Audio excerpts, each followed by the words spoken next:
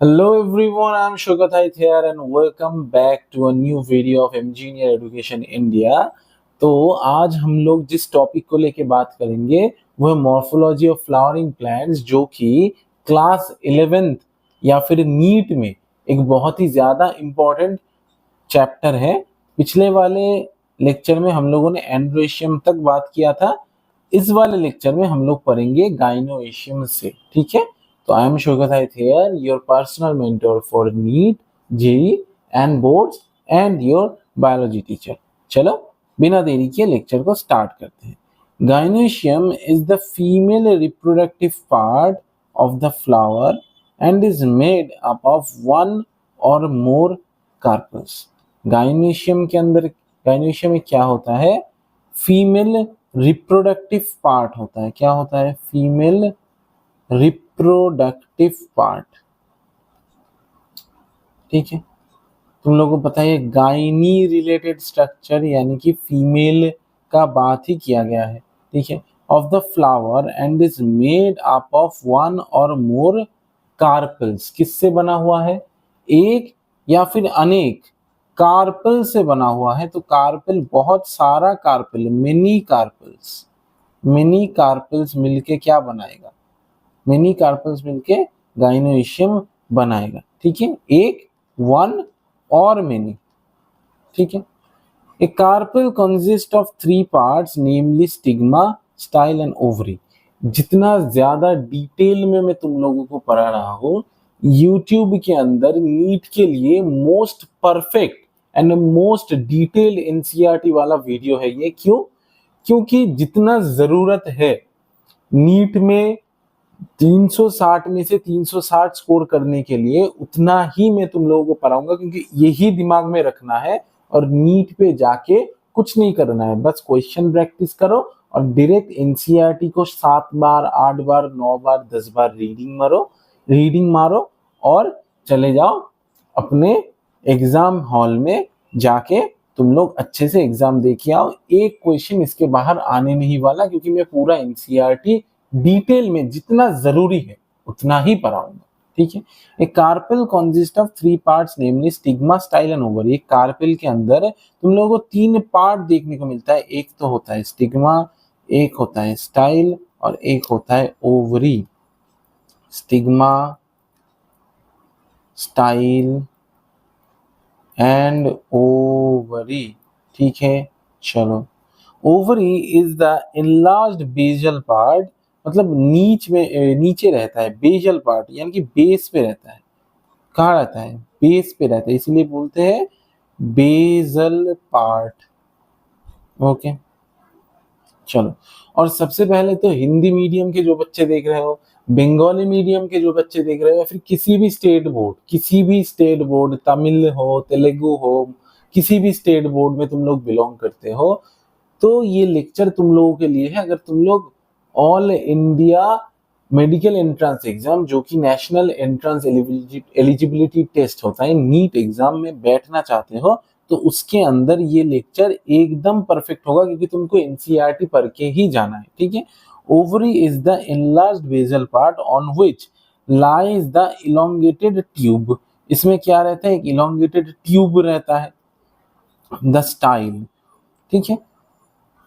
On which, ovary के ऊपर क्या रहेगा? स्टाइल रहेगा एक इनलाज पार्ट। यहाँ पे बोला है कि ऑन विच, जिसके ऊपर, ओवरी के ऊपर क्या रहेगा? स्टाइल रहेगा। The style connects the ovary to the stigma. Stigma को ओवरी से कौन कनेक्ट करता है? स्टाइल कनेक्ट कर रहा है, ठीक है। The stigma is usually at the tip of the style. इस स्टाइल के टिप पे, मतलब स्टाइल के ऊपर एकदम टिप पे कौन रह रहा है? ये स्टिग्मा रह रहा है। And is the receptive surface for pollen grains, यानी कि पोलन ग्रेन्स आएगा और यहीं पे पोलन ग्रेन गिरेगा और यहीं से पोलन ट्यूब का फॉर्मेशन होगा। और पोलन ग्रेन के अंदर जो मेल गैमीट्स रहते हैं, दो मेल गैमीट रहते हैं एक पोलन ग्रेन के अंदर, तो वो पोलन ट्यूब के फॉर्मेशन के द्वारा स्टाइल से होता हुआ ओवरी तक चला जाएगा। समझ में आया मेरी बात? कहाँ से जाएगा? ये स्टाइल से होता हुआ ओवरी तक चला जाएगा। तो पोलन ग्रेन का मतलब मेल गैमीट नहीं होता, पोलन ग्रेन के अंदर मेल गैमीट रहता है, ठीक है, जिसका प्लॉइडी क्या होता है? एन होता है। ओके, चलो समझ में आ गया। तो ये क्या है? ये एक रिसेप्टेकल स्ट्रक्चर है, मतलब थोड़ा सा रिसेप्टेकल स्ट्रक्चर, यानी कि इसके अंदर receptors are present, receptors are present, ठीक है, जो कि सेंस करेगा सूटेबल मेल गैमीट्स को, ठीक है, कि इसको कौन सा मेल गैमीट चाहिए। मेल गैमीट तो गिरने पे हजारों गिर सकते हैं, पोलन ग्रेन तो बहुत सारा आ सकता है, लेकिन इसको कौन सा चाहिए। अभी अगर मैंगो के ट्री पे, अगर आम के पेड़ पे अगर कटहल का मेल गैमीट गिर जाए तो क्या वो ओवरी, मतलब वो स्टिग्मा क्या रिसेप्टेबल होगा उसके उसके मतलब उसके अंदर? नहीं होगा ना। तो इसीलिए इसको हम लोग क्या बोलते हैं? रिसेप्टेकल स्ट्रक्चर या फिर रिसेप्टिव सरफेस बोल देते हैं। एनसीईआरटी में रिसेप्टिव लिखा हुआ है तो चलो रिसेप्टिव ही सही, रिसेप्टिव सरफेस, ठीक है।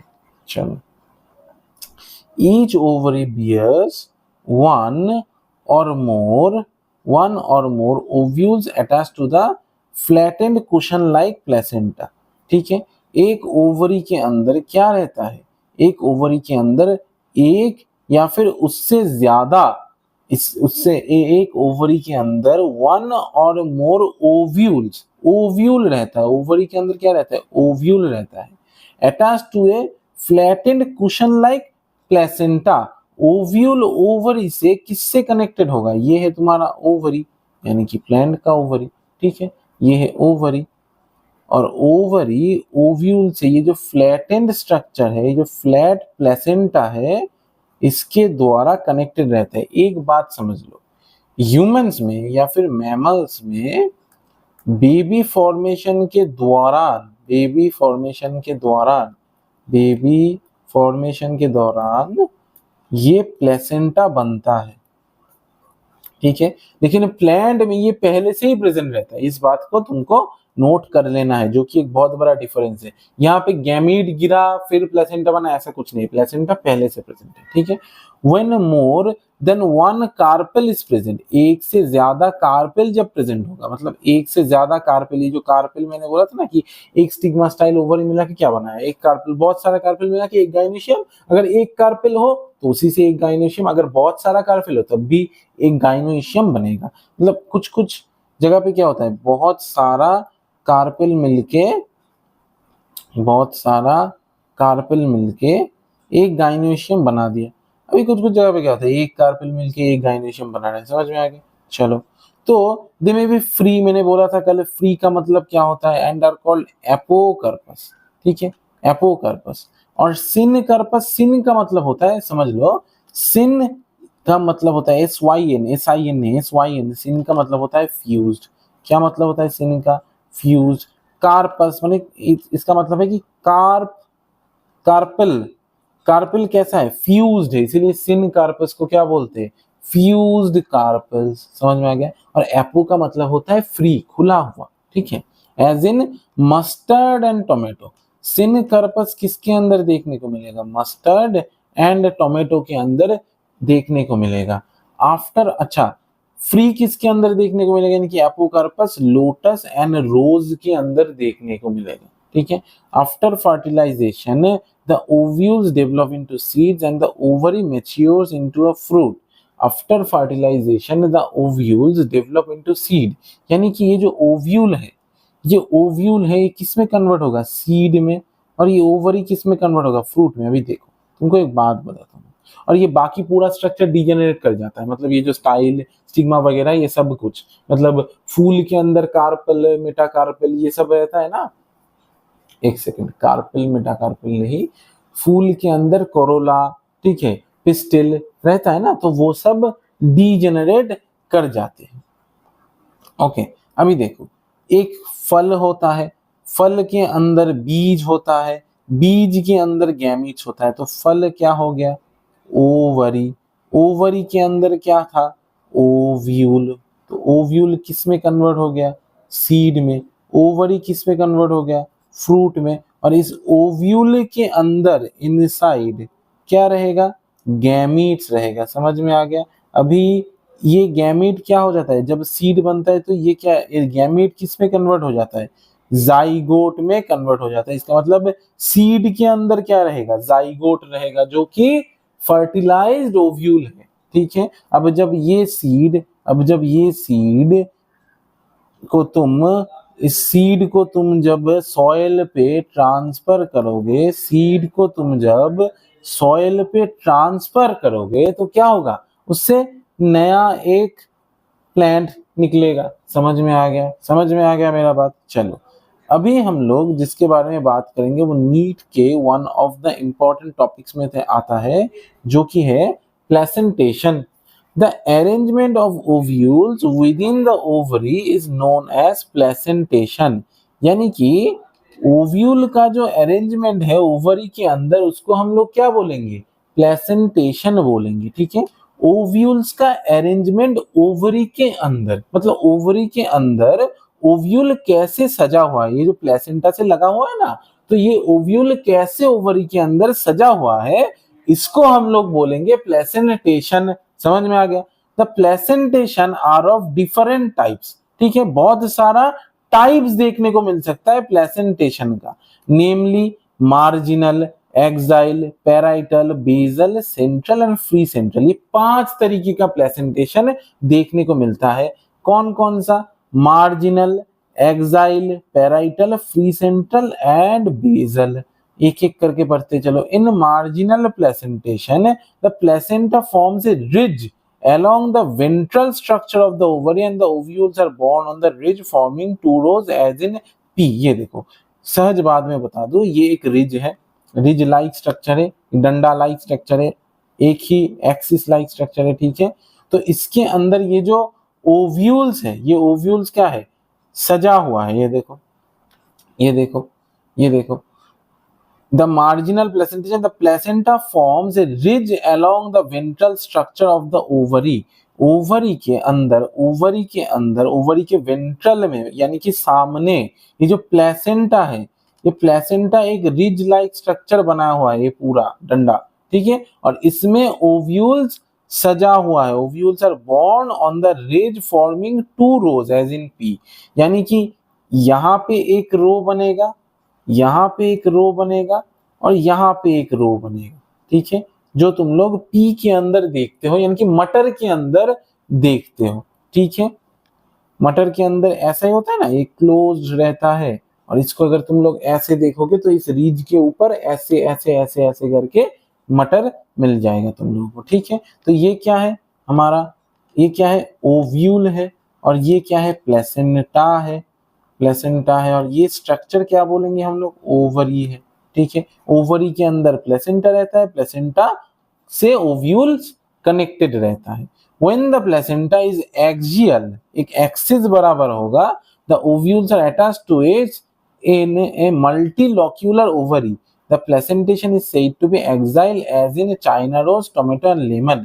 China rose और टोमेटो और लेमन के अंदर तुमको बहुत सारे एक्सिस में, इसको हम लोग मल्टीलोक्यूल बोलते हैं, यानी कि कंपार्टमेंट, ओवरी के अंदर बहुत सारा कंपार्टमेंट देखने को मिलेगा। ये देखो 3 कंपार्टमेंट और उसके अंदर ओव्यूल अटैच्ड है। और ये रहा तुम लोगों का, ये रहा प्लेसेंटा। ये क्या है, प्लेसेंटा है। ये क्या है, ओव्यूल है। ठीक है। और ये क्या है, ओवरी है। समझ में आ गया। ठीक है। तो इसी को हम लोग एक्साइल प्लेसेंटेशन बोलेंगे, as in China rose, tomato और lemon. In parietal placentation the ovules develop on the inner wall of the ovary और ऑन द पेरिफेरल पार्ट। यानी कि जो पेरीफेरी है, ये जो पेरीफेरी है, एक सर्किल का जो पेरीफेरी होता है, इसके अंदर तुम लोगों को ओव्यूल्स अटैच्ड मिलेगा, तुम लोगों को ओव्यूल्स अटैच मिलेगा। ये क्या है, ओव्यूल है। और यहाँ पे ही क्या है, प्लेसेंटा है। ठीक है, प्लेसेंटा है। समझ में आ गया, समझ में आ गया। चलो ओके। तो ओवरी इज वन चेम्बर, एक ही चेम्बर है, but it becomes two chamber due to the formation of false septum, example mustard and argemone. मतलब ये जो ओवरी फॉर्म का हुआ है ना, इसकी वजह से ऐसे लगता है कि ये तीनों ऐसे फॉर्म हो जाता है, ठीक है। और ऐसा लगता है कि एक सेप्टा, मतलब बीच में से कोई पार्टीशन हो गया हो, फॉल्स सेप्टा, ठीक है। तो ऐसा लगता है कि ओवरी तो वन चेम्बर्ड है, यानी कि एक ही ओवरी है, एक ही चेम्बर है, बहुत सारा चेम्बर नहीं है, ठीक है। चलो, as in mustard and argemone, when the ovules are born on the central axis and septa are absent। Ovule जब सेंट्रल एक्सिस में, यानी कि अगर तुम एक सर्कल देखो, उसके सेंटर से एक एक्सिस पास कर दो, तो ये देखो ये सर्कल है, इसको ये ऐसा है, इसको ऐसे कर दो, और यहाँ से एक एक्सिस पास कर दो, तो देखो इस एक्सिस के ऊपर तुम लोगों को ओव्यूल देखने को मिलेगा, ठीक है, ओव्यूल देखने को मिलेगा। चलो, ovules are borne on the central axis and septa are absent, septa नहीं है, as in dianthus and primrose are the placentation is called free central, यानी कि सेंट्रल के अंदर है, सेंट्रल एक्सिस के अंदर है। इन बेजल प्लेसेंटेशन है, the placenta develops at the base of the ovary and a single ovule is attached to it, as in sunflower and marigold। यानी कि सनफ्लावर और मेरीगोल्ड के अंदर एक सिंगल ओव्यूल अटैच रहता है, placenta develops at the base of the ovary. ये देखो ओवरी के बेस में, ओवरी के बेस में एकदम नीचे, ओवरी के एकदम नीचे क्या है, प्लेसेंटा है, और इससे क्या जुड़ा हुआ है, तुम लोगों का ओव्यूल जुड़ा हुआ है, एक ही single ovule is attached to it, as in sunflower and marigold. यही था बेसल प्लेसेंटेशन। तो हमने गाइनोइशियम आज पढ़ लिया, इसके बाद हम लोग फ्रूट और सीड को करके इस चैप्टर को खत्म करेंगे। तो I am sugar sir here, signing off, good bye.